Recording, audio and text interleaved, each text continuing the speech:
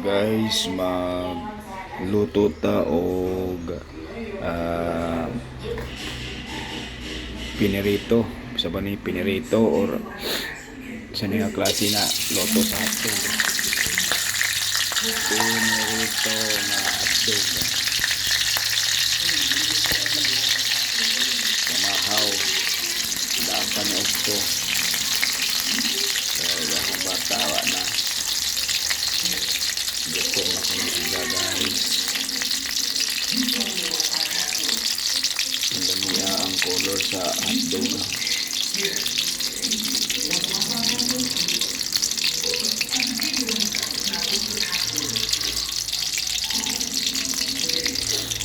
Pagkataon, pagkalutuan ng hotdog, magluto na po ta og corned beef kay mama ko sa paborito sa pamahaw.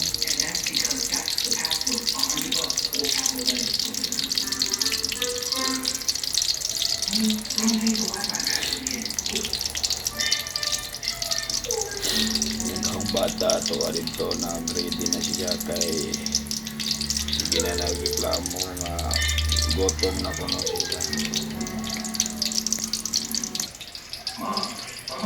Sige rin taon-taon sa TV.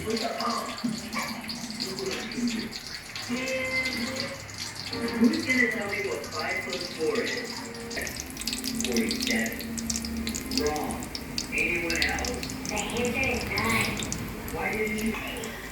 Dito sa natin guys kay 7 na. Lain na ba ng hotdog kay mamikit.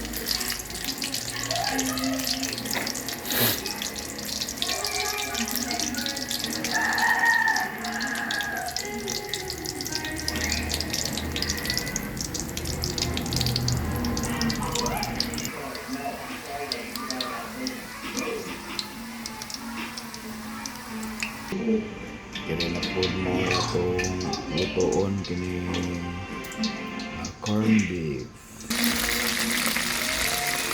Tapos na naluto guys ang ito corned beef. Gabi yun na pala ang yun.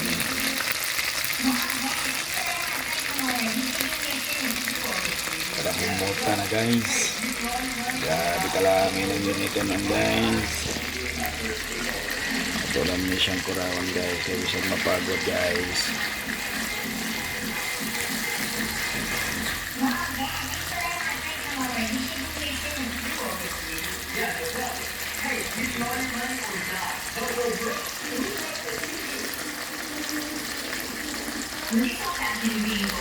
Parang humuta na guys.